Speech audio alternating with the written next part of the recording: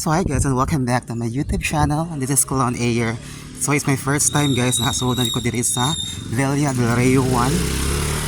So muna siya guys. So thank you, shout out to my pretty friend and kanang clown buddy, I Silicious, for the bookings. So paduong kami sa venue guys. So mga balay diri guys.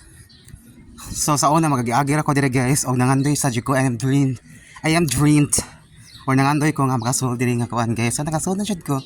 It's my first time here at Villa del Rey 1. Sa may bridge ni siya guys sa Tigbaw.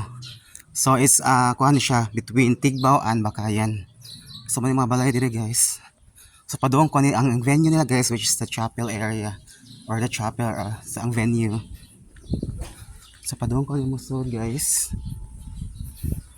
So hindi ang gargip mo straight ahead na jud ko daw kuno ko. Dayon mali ko sa right side. Bingaw kay dire guys. So daghang mga balay dire guys eh. So kani siya guys, ang kani siya nga Villa del Rey 1 guys, located here at Bakayan, Cebu City. So nakita ko asa siya dapita guys, ang chapel area.